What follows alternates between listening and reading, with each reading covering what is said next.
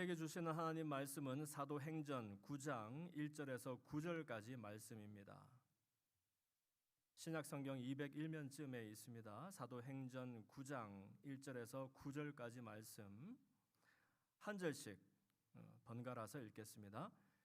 사울이 주의 제자들에 대하여 여전히 위협과 살기가 등등하여 대제사장에게 가서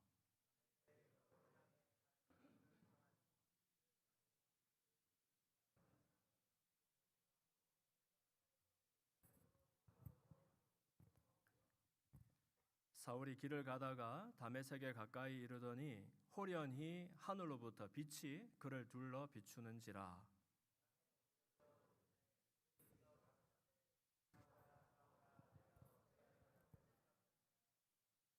대답하여 주여 누구시니까? 이르시되 나는 네가 박해하는 예수라.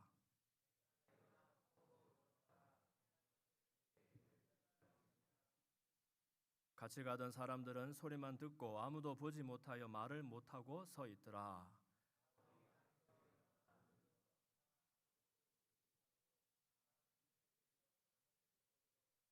함께 사흘 동안 보지 못하고 먹지도 못하고 아니하니라. 아멘. 한번 따라합시다. 예수님을 만나면 새로운 세계가 열립니다. 네, 예수님을 만나면 새로운 세계가 열립니다. 이런 제목으로 말씀의 은혜를 나눕니다. 여러분, 우리가 믿는 이 기독교는 예수님을 믿고 따르는 길입니다. 우리 하나님을 나의 하나님으로 섬기는 우리 하나님의 백성들은 예수님을 보면서 하나님을 보는 겁니다. 사람이 하늘로 올라가서 하나님을 볼 수가 없으니까 하나님이 아까 우리 찬양 불렀던 것처럼 하늘을 버리고 땅으로 내려오셔서 사람 몸을 입고 우리에게 살 길을 보여주신 것이죠. 그래서 예수님 믿고 다른 일이 가능하게 된 것은 바로 하나님이 스스로를 우리에게 드러내 보여주시고 계시해 주셨기 때문입니다. 아름다운 대자연이 있고 우리 마음에 양심이 있고 또 특별히 구체적으로 하나님을 설명해 주시는 이 성경 하나님 말씀이 있기 때문에 우리는 예수님 통해서 하나님을 알고 경험해 가는 거죠. 이 일이 가능하게끔 초석을 닦은 사람들이 있다면 그 가운데 이 사도 바울의 공로가 클 것입니다. 왜냐하면 신약 성경에서 무려 절반 정도를 이 사도 바울이라는 사람이 기록을 했으니까 그야말로 이 기독교의 신학적인 토대를 닦은 중요한 인물이라고 하겠습니다. 그런데 이 사도 바울은 사실 예수님의 직접 제자도 아니었어요. 예수님의 12 제자 중 하나도 아니었고 또 예수님 만나기 전에는 예수님을 따르는 무리들을 핍박하던 그런 박해자였다는 겁니다. 이 사람은 당대 최고 가는 학자였지요. 또 빼어난 종교 지도자였습니다. 그래서 그가 속했던 그 유대교의 율법과 전통을 수호하는 것을 자기 생명처럼 여기고 사명으로 생각하던 그런 열심 있는 사람이었습니다. 그랬던 그가 사실 자기가 헌신하고 있는 유대교에 어마어마한 위협적인 존재가 등장을 했습니다. 다름 아니라 스스로를 하나님 아들이라 말하고 이 땅에 천국을 이루기 위해서 오셨다고 하시면서 유대교에서 죄인이라고 혐오하고 멸시하던 사람들의 벗이 되어주셨던 분, 바로 예수님을 말합니다. 그래서 이 예수님이 유대교의 위협으로 보였고 또 예수님 믿는 무리들, 이 사람들을 뿌리 뽑기 위해서 정말 크게 헌신했던 사람이 이 바울의 무리였습니다. 그런데 어느 날 이 사람이 다메섹이라는 곳으로 길을 엽니다. 왜냐하면 이 다메섹, 그러니까 지금의 시리아의 수도인 다마스커스를 말하는데 이 다메섹에 회당마다 아직도 예수 믿는 사람들이 남아 있다는 소식을 듣고서 그 잔당을 체포하기 위해 오늘날로 치면 검사나 이 검찰이 되어서 그 흉악한 무리들을 체포하기 위해서 체포영장을 받아서 이제 가는 길이었지요. 그런데 이 사람이 그것도 밤도 아니고 벌건 대낮에 그 길 한가운데서 강렬한 빛 가운데에 자기가 그렇게 혐오하던 예수님을 만나는 놀라운 체험을 하게 됩니다. 여러분, 빛이 있어야 우리가 보는 거 아닙니까? 우리가 볼 때에 빛 덕분에 보는 것으로 생각하는데, 근데 정말로 강렬한 빛을 만나버리면 우리가 눈을 잃어버리는가 봅니다. 이 바울은 이 강렬한 빛 가운데에서 눈이 멀어서 앞을 못 보게 되고 음성으로만 예수님을 만나는데, 사울아, 사울아, 왜 네가 나를 핍박하느냐? 주여, 누시오니까 네가 박해하는 예수다. 이러면서 예수님을 그 대목에서 만나게 됩니다. 이 일로 인해서 바울은 얼마나 큰 충격에 휩싸였겠습니까? 여러분, 길 가다가 그것도 벌건 대낮에 강렬한 빛을 만나고 여러분의 시력을 잃어버리고 하늘로부터 음성을 들은 그런 체험한 적이 있습니까? 그야말로 이 사람은 자기가 확신하고 중요하게 생각하는 모든 것들이 하루아침에 산산이 부서지는 그런 경험을 하게 된 것이죠. 본문을 우리가 읽었지 않습니까? 무려 사흘 동안 먹지도 마시지도 못하면서 그 충격에서 헤어나오지를 못한 겁니다. 그때의 사흘 뒤에 예수님의 명령을 받고서 제자들 가운데서 아나니아라는 사람이 바울에게 찾아옵니다. 그리고 그에게 손을 얹고 기도할 때에 그 눈에서 비늘 같은 것이 떨어지면서 다시 눈을 뜨는, 보게 되는 신비로운 체험을 하게 되었지요. 이 일은 여러분, 보던 사람이 못 보게 되었다가 다시 보게 되는 그런 사건이 아닙니다. 바울은 보는 줄로 알았지만, 자기가 볼 수 있는 줄로 알았지만, 그리고 자기가 보는 것이 실상인 줄 알았지만 사실은 허상만 바라보며 진짜 세계를 보지 못했던 그런 사람. 그러나 예수님을 만날 때에 허상 보던 그 눈은 가리워지고 비로소 진짜 세계를, 실상을 보게 되었으니까 이제는 옛 눈이 가리워지고 새 눈을 뜨고 옛 세상과 이제 끝이 나고 새로운 세상을 만나게 되는 그런 신비로운 경험을 하게 된 거죠. 이 일을 통해서 바울은 자기가 당연하다고 생각하던 일들, 옳다고 생각하고 고집하던 모든 것들이 한 번에 무너지는 경험을 했습니다. 내가 그렇게 혐오하고 내가 그렇게 몹쓸 사람으로 생각하고 박해하던 그 예수라는 사람이 정말 그가 말하는 것처럼 하나님의 아들, 아니 하나님이었던 것은 아닐까? 그리고 그가 날마다 우리가 그토록 목숨 걸고 지키려고 하던 전통과 율법을 함부로 깨뜨리고 심지어 자기 스스로를 안식일의 주인이라고 말하면서 안식일에 함부로 이삭을 패먹고 병자를 고치며 하던 그 짓거리를 봤을 때 내 마음에 분노만 가득했는데, 정말로 이 사람이 안식일의 주인일 뿐만이 아니라 우리를 지으신 하나님, 그리고 그 하나님이 우리 사람 몸을 입고 이 땅에 오신 바로 그런 분은 아닐까 하는 생각을 하게 된 것이지요. 그러면서 비로소 예수님이 그렇게 외쳐 말씀하셨던 천국에 대한 이야기들이 비로소 들리기 시작하는 겁니다. 그때는 무슨 말인지 몰라서 혐오만 가득했는데 예수님이야말로 사람이 진짜 사람 되는 길, 내 죄 때문에 영원히 사망과 저주 가운데 던져질 수밖에 없었던 내가 생명과 축복 가운데로 옮겨지는 유일한 길이 되어주시는 분은 아닐까 하는 큰 깨달음을 경험하게 된 것이죠.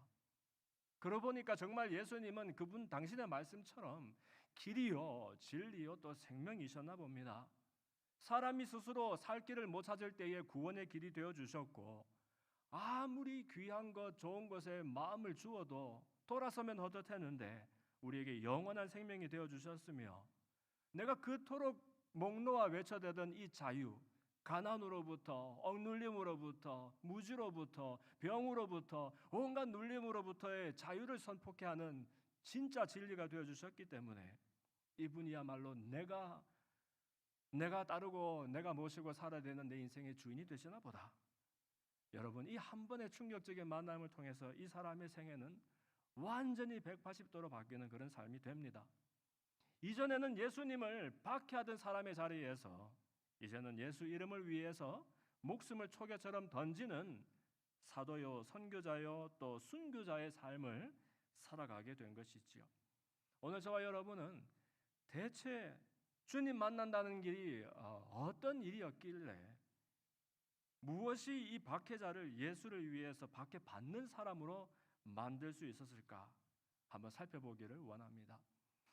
첫 번째, 여러분, 예수님을 만나면 우리가 기억해야 하는 것은 나의 세계가 완전히 깨어지고 경이로운 새로운 세상이 열린다는 것을 우리는 기억해야 하는 겁니다.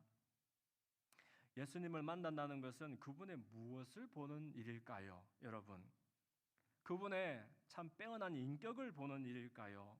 아니면 기적을 아무렇지도 않은 일처럼 이렇게 베푸시는 능력을 보는 일일까요? 그분을 만난다는 것은 이 모든 것을 아우르는 그분의 탁월한 성품, 즉 너무나 크고 넓고 아름다운 그분을 인격적으로 우리가 온몸으로 만나는 그런 충격적인 경험이 될 것입니다. 한마디로 말하면 그분의 크고 그분의 아름다우심을 보면서 우리의 마음이 그 앞에서 경이에 떨게 되는 그 경험을 말하는 것이죠. 화면이 혹시 준비되어 있는지 모르겠습니다만은 저는 몇 해 전에 우리 가족들과 함께 미시간에 있는 슬리핑 베어 둔스를 여행한 적이 있습니다.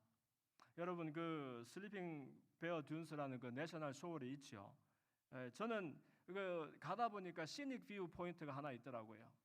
그래서 그냥 무심코 차를 세워놓고서 식구들과 함께 그 모래 언덕을 이렇게 올라갔어요. 아니 길이 너무 가파르고 고되어서 올라갈 때 좀 힘은 들었는데 사실 올라가는 중에 몰랐죠. 그 너머에 무엇이 우리를 기다리고 있는지를. 여러분, 꼭대기에 오르고 보니까 그 너머에 미시간호에 정말 놀라운 장관이 우리를 기다리고 있는 겁니다. 한번 저 영상 한번 틀어주실래요?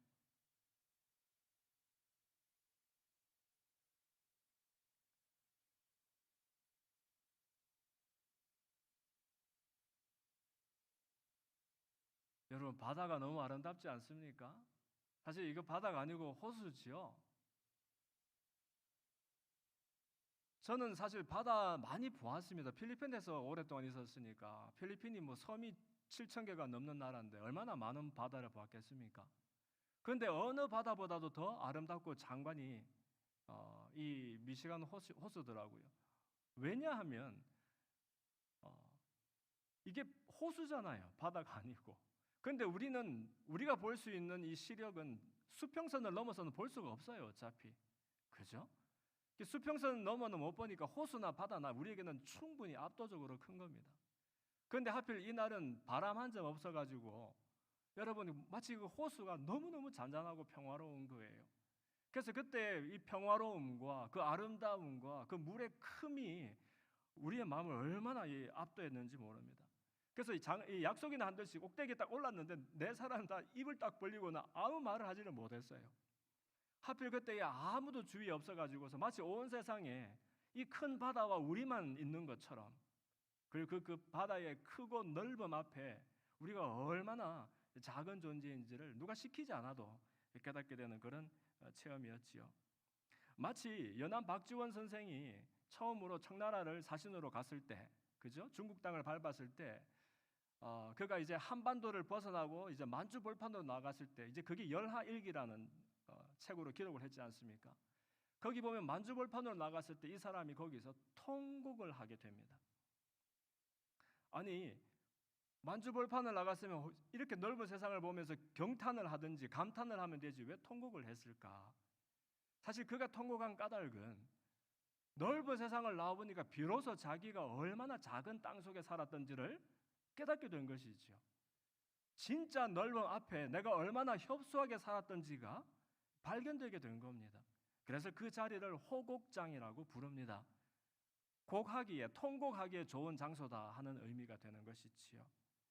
여러분, 이처럼 우리가 예수님을 만난다는 그 사건은 단순히 그분의 가르침, 그분의 살았던 인격을 우리가 그냥 감동하면서 나도 저분처럼 고상하게 아름답게 살아봐야 되겠다 하는 그 정도가 아니라 그분의 크심과 그분의 넓으심과 아름다우심, 그것이 우리에게 경의가 되어서 그것을 안 보면 안 봤지 봤으면 도저히 이전과는 똑같이 살 수가 없게 되는 그것을 말하는 것이죠. 바울이 바로 그랬습니다. 바울이 어둠 속에서 주님 만난 것이 아니었어요. 밝은 햇빛 아래에서, 그러나 태양보다도 더 밝은 강렬한 빛으로 오시는 주님을 만났을 때에 햇빛보다도 더 밝은 그 빛을 경험하고서 자신이 확신했었던 확신보다, 자신이 옳다고 고집하는 그 옳음보다 더 크고 놀라운 진리를 발견하게 된 겁니다. 여러분, 예수님의 크심은 비로소 우리의 협소함을 깨닫게 하고요, 그분의 순결하심은 우리가 동기와 의도에서부터 얼마나 불순한가를 보여주시고요, 또 그분의 아낌없이 우리를 위해서 스스로를 내어주셨던 그분의 사랑은 우리가 얼마나 내 안에 갇혀서 함몰되어서 내 밖의 세계를 향해서 나를 세우며 폭력을 일삼는 사람인지를 여실하게 보여준다라고 하겠습니다. 나를 보는 방법은 오직 하나밖에 없습니다. 내가 내 외모를 무엇이 묻었나 보기 위해서 거울 앞에 서야 하는 것처럼 우리는 예수님을 보아야 하고, 예수님을 만났을 때에 비로소 그분 앞에서 나의 작음과 허물 많음과 소망 없음을 바라보게 되고, 비로소 내 소망의 근거를 그분께 두는 삶의 전환이 이루어진다는 것이죠. 그리고 무엇이 이 사도 바울을 박해자에서 박해받는 사람으로 만들었나요? 두 번째로, 예수님을 만나면 우리 인생의 모든 관점이 달라진다는 것을 우리가 발견하게 됩니다. 여러분, 사람은 곧 그 사람의 관점입니다. 우리가 쓴 안경의 색깔에 따라서 세상이 보여지는 겁니다. 빨간색 안경을 꼈더니 심지어 해도 달도 빨갛게 보이는 거 있지요. 파란 안경을 쓰면 온 세상이 다 파란색으로 보이는 겁니다. 이것을 우리의 세계관이다, 인생관이다, 또 가치관이다, 이렇게 이 view라는 것이죠. 뭔가를 본다는 것을 말하는 것입니다. 우리가 얼마나 많은 중요한 질문들에 대답을 하면서 살아야 됩니까? 그런데 이 많은 대답들뿐만 아니라 매일매일 일상에서 우리가 택하는 그 판단과 선택들, 이 모든 것들은 바로 나의 관점에 따라서 결정되는 일입니다. 사도 바울이 예수님을 만났을 때에 그의 모든 관점들이 깨어진 것을 볼 수 있어요. 관점이 달라지고 나니까 이 사람의 가치와 우선순위가 송두리째 바뀐 것을 볼 수 있습니다.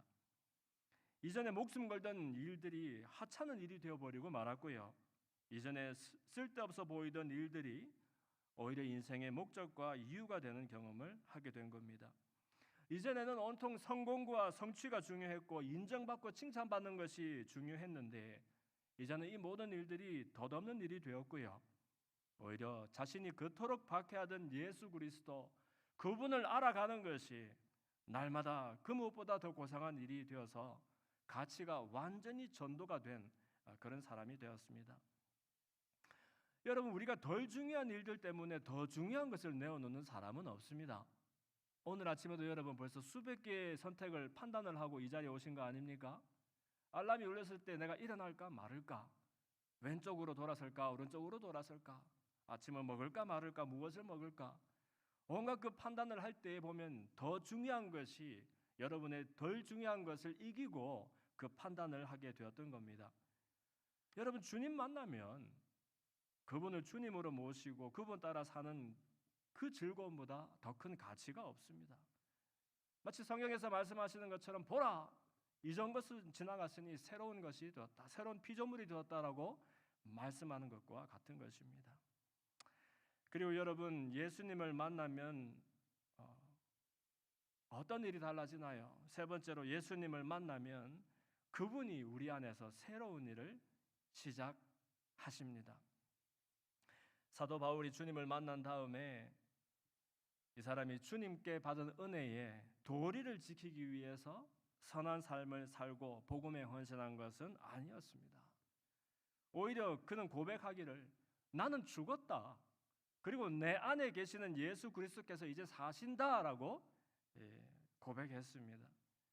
무슨 말이냐 하면, 우리 그리스도인의 삶이라는 것이 예수님 만나고 이젠 예수 만난 사람으로 더 선하고 착하고 온전한 그런 삶을 한번 살아봐야지, 결심을 하고 애를 쓰고 그렇게 고단하게 살아가야 되는 그런 삶이라는 것이 아니라, 이제 주객이 전도되고 삶의 주인이 바뀌어서 내 안에 나를 살게 하는 그 근거가 달라지는 것을 말하는 거예요.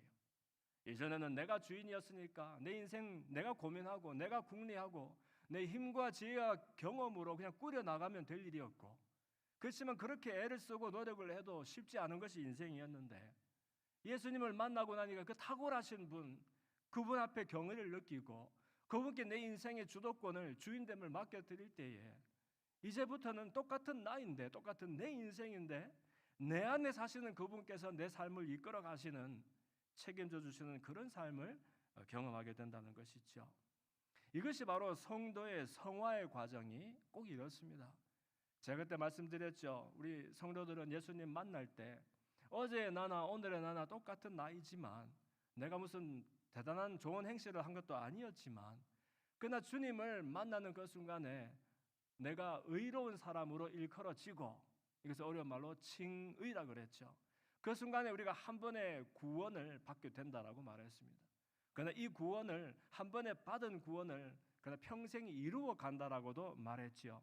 그건 무슨 말이냐? 평생 매일매일 예수님의 인격과 성품을 닮아서 변화하고 성장하는 그런 삶을 살게 된다는 얘기입니다. 이것이 이제 성화라는 어려운 말을 썼었잖아요. 근데 여러분, 이 성화를 오해해서 우리가 이제 예수 믿는 사람인데 도리를 해야 되겠고, 또 우리가 그 책임을 져야 되겠고 하면서 내가 이렇게 살면 안 되지, 저렇게 살아야지 하면서 애쓰고 용쓰면서 그렇게 살아라는 말이 아니라, 내 인생의 주도권을 주님 앞에 내어놓고 소유권을 그분 앞에 드릴 때에 이제 내 안에 그분께서 소원을 주시고 그 소원과 감동을 따라서 순종하며 살아갈 때에 마치 사는 삶이 아니라 사라지는 삶처럼 그렇게 사는 것을 이 성화의 과정이라고 말씀을 드렸어요. 그러니까 예수 믿는 사람으로 마땅한 도리를 다하기 위해서 노력하는 삶이라기보다 경이로운 그분을 만나서 삶이 터져버린 겁니다. 열려버린 것입니다. 그래서 삶이 열려진 새로운 인생 만난 사람으로 응당 걷게 되는 길이 우리 앞에 열려지는 비결을 경험하는 것이죠. 그러므로 여러분, 우리 그리스도인들이 실천해야 되는 가장 큰 순종이 있다면 이 순종은 우리의 마음을 그분 앞에 내어드리는 일입니다. 순종 말하니까 누가 시키는 사람이 있고 이것 해라 저것 해라, 그 다음에 우리는 예 하면서 그냥 무조건 그것을 그냥 따르기 위해서 수고해야 되는 그런 일처럼 상상을 하시는데, 여러분, 그 순종이 아닙니다. 하나님 앞에, 우리 주님 앞에 우리가 살아야 되는 순종의 삶이라는 것은 이것 해라 저것 해라, 이것 하지 말아라 저것 하지 말아라, 사실 그것은 율법이 가르치는 그 일이고, 진짜 우리가 지키고 해내야 되는 순종, 큰 순종은 우리의 마음을 그분 앞에 내어드리는 일이에요. 그분을 내 인생의 가장 중요한 자리에 내 마음의 주인으로 인정하고 모셔드릴 때에 그 간단한 순종의 제스처 위에 하나님은 하나님의 일을 그분의 손으로 우리 가운데 시작하시는 겁니다. 마음의 문을 열고 그분을 모셔드리면 그때부터 주님이 우리에게 소원을 주시는 거예요. 여러분들이 소원을 품고 여러분들이 계획을 하고 작정을 하고 이를 악물고 살아가는 삶이 아니라 하나님께 마음을 내어드리고 그분을 주인으로 모셔드렸더니 그분이 나에게 소원을 주시고 그분이 나에게 감격을 주시고 열정을 주시고 그 열정이 나의 인생을 그냥 송두리째 멱살 잡고 이끌어 나가는 그러한 승리의 삶이 이루어지게 된다는 것입니다. 이게 우리 성찬 때마다 늘 고백하는 고백이잖아요. 우리의 마음을 주님 앞에 드리십시다 할 때 그 말입니다. 성찬을 할 때에 그냥 성찬 그 컵 속에, 그 떡 속에 하나님의 은혜가 그냥 담겨 있어서 이렇게 마시고 씹을 때마다 그냥 은혜를 자동으로 내가 먹었다 마셨다, 그런 얘기가 아니라 예수님의 피와 살을 상징하는 그 성찬을 우리가 먹고 마실 때에 주님의 주님 되심을 고백하고 그분이 내 인생의 주인 되심을 우리가 선포하는 그런 행동입니다. 그러면서 우리의 마음을 그분 앞에 드리는 거예요. 여러분, 우리는 아무것도 안 드리고 마음만 드렸어요. 그런데 그분은 우리에게 모든 것을 되돌려 주시면서 되었다 이 녀석아, 이제부터는 내가 내 인생의 주인이 되어주마. 너 고단한 인생을 이제 여기서 끝을 내고 쉽고 가볍고 즐거운 인생 우리 함께 꾸려나가자라고 우리를 초대해 주시는 것입니다.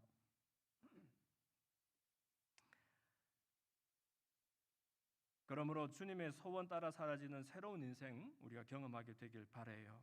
그럼 이제 우리 유th 청소년들은 종종 이렇게 묻습니다. 목사님, 그런데 다 좋은데 2000여 년 전에 잠시 살다 가셨던 그분을 어떻게 내 마음속에 모셔드릴 수 있단 말입니까?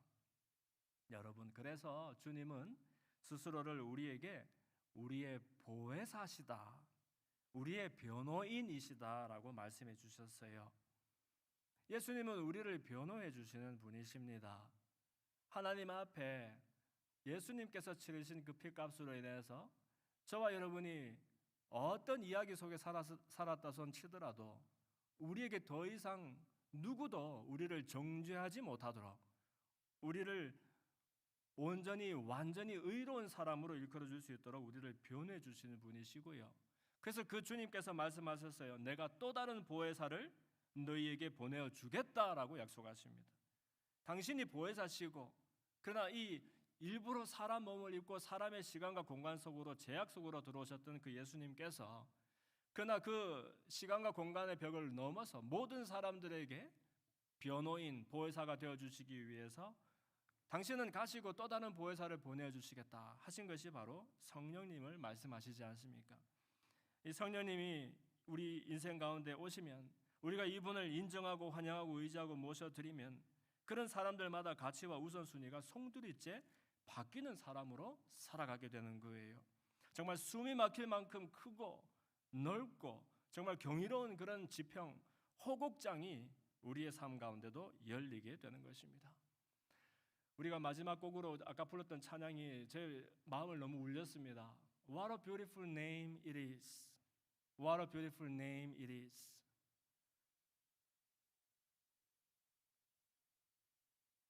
예수 그리스도의 이름이, 그 이름을 부를 때마다, 그리고 그분이 하늘 자리를 버리고 이 땅에 오셔야 했었고 오셔서 저와 여러분을 건지고 살리시면서 우리가 저주와 사망을 해결하시고 축복과 생명으로 길을 내어주셨던 그분의 우리를 향하신 사랑과 그 솜씨와 경이로움을 생각할 때 우리가 그 이름을 듣지 않았으면 모를까, 그 이름을 들었던 사람으로서 어떻게 이전처럼 사는 것이 가능하겠느냐 하는 그 말을 우리 함께 공유하게 되기를 원합니다. 이때 우리가 어제처럼 살 수 없다는 말은 우리가 지금처럼 이렇게 형편없이, 지금처럼 이렇게 게으르게, 아니면 지금처럼 이렇게 나쁜 짓 많이 하면서 그렇게 살 수 있겠느냐 하는 그런 얘기가 아닙니다, 여러분. 그런 얘기가 아니라 뭐 어제나 오늘이나 우리의 연약함과 허물은 한이 없지 않습니까? 그러나 그럼에도 불구하고 그것과 전혀 상관없이 우리의 신분과 정체를 송두리째 바꾸어 주셨던 그분 앞에서 우리가 어떻게 전혀 다른 인생을 살지 않을 수가 있겠느냐 하는 것입니다. 비록 우리 앞에 문제와 고난과 염려는 그대로 남아있다 손 치더라도 문제는 눈앞에 그대로 있지만 사람이 바뀌어버렸지 않습니까? 내 인생의 소유권이, 이 소유주가 바뀌어버렸지 않습니까? 그렇다면 우리가 웃어야 될 이유도 달라졌고 기뻐하고 감사해야 될 이유도 달라진 사람으로서 어떻게 주님 앞에 새로운 인생을 살지 않을 수가 있겠느냐 하는 것입니다.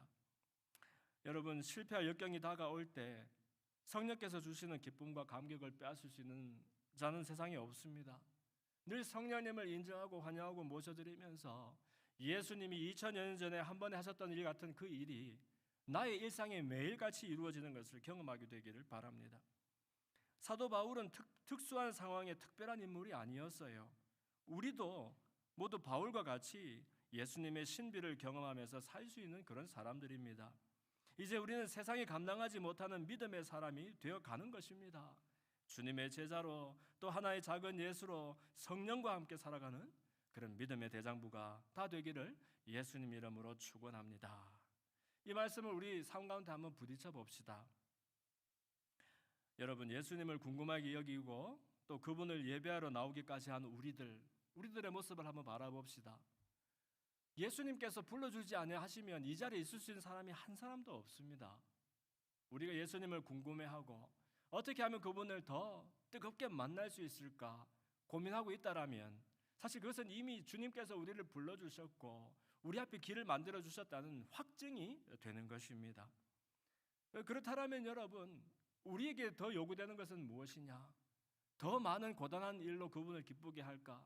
더 많은 착한 일로 그분께 만족을 드릴까? 그것이 아닙니다. 우리에게 지금도 예수님의 한결같은 기대는 마음의 문을 열어서 그분 앞에 마음을 드리는 그 순종에 있다는 것입니다. 주님은 죽기까지 우리를 사랑하셨던 분이시지만 그러나 저와 여러분의 마음을 함부로 열고 제치고 들어오시는 분은 아니십니다.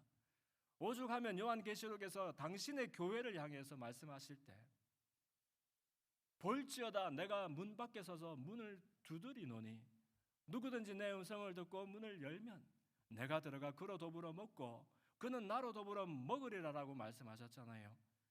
예수님 모르는, 예수님 안 믿는 사람들이 아니라 당신의 교회가 문을 열어주지 아니해서 교회 밖에서, 문 밖에서 떨고 계시는 주님을 묘사하는 그런 장면 아닙니까?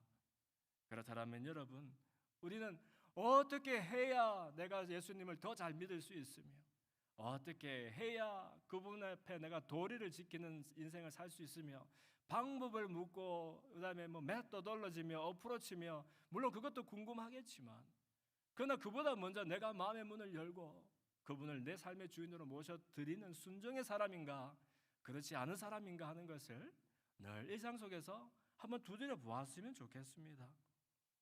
성경은 우리가 두 주인을 섬길 수 없다라고 말합니다.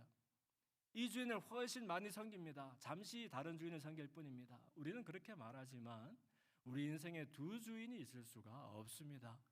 사람은 그저 내가 주인이 되어서 내가 더 많이 가지고 더 많이 높아지고 인정받고 칭찬받고 사랑받는 그 일을 위해서 살든지 그렇지 않으면 이 인생의 주도권을 주님 앞에 내어드리고 이제는 그분이 주인 되어서 사는 삶을 살든지 그 둘 중 하나밖에는 없다는 것입니다.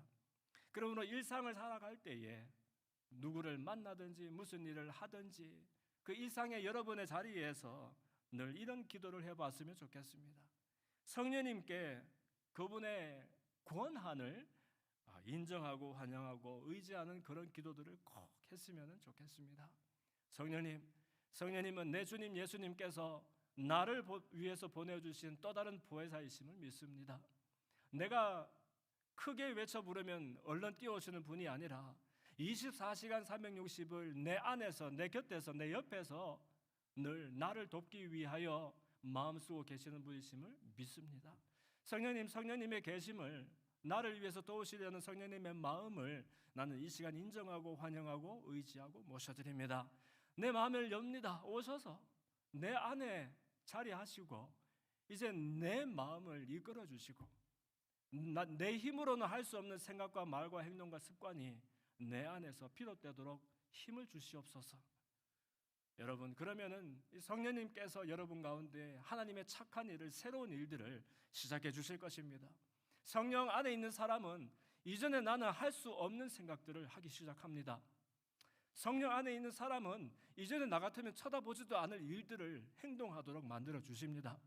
성령 안에 있는 사람은 이전에 나 같으면 차마 그렇게 말할 수 없었던 말들을 하게 만들고 이제는 내가 사는 같은데 곁에서 보면 내가 사는 같은데 알고 보니 내 안에 있는 또 다른 힘세고 능력 있는 분이 살아가시는 놀라운 승리의 비결을 경험하게 될 것입니다.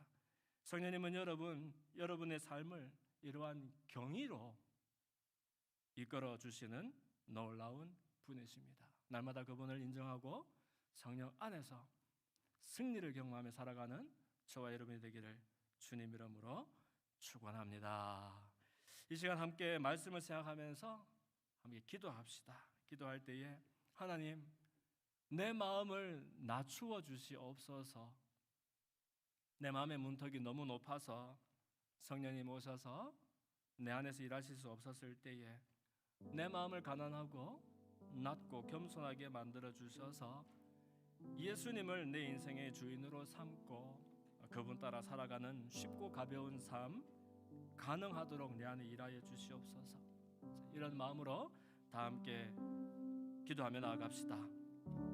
살아계신 아버지 하나님 고맙고 감사합니다. 주님 찬양합니다.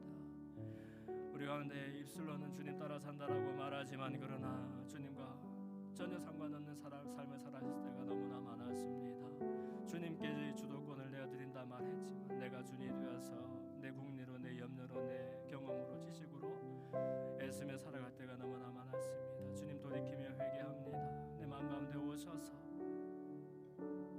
주가 되어주시고 왕이 되어주시고 내 인생의 주인 되어주시기를 소원합니다. 우리 살아가는 지체들 삶 가운데 오셔서 다스려주시고 하나님 말씀 가운데 붙들려서 믿음으로 살아가는 생애들 될 수 있도록 은혜를 베풀어 주시옵소서. 주님은 나의 주님이십니다. 주님은 내 인생의 주인이 되어주십니다. 주님이 내 안에서 새로운 일을 시작하시고 이루실 것을 기대하며 소망합니다. 오셔서 우리 가운데 일하여 주시고 우리 가운데 경의의 하나님을 보여주시옵소서.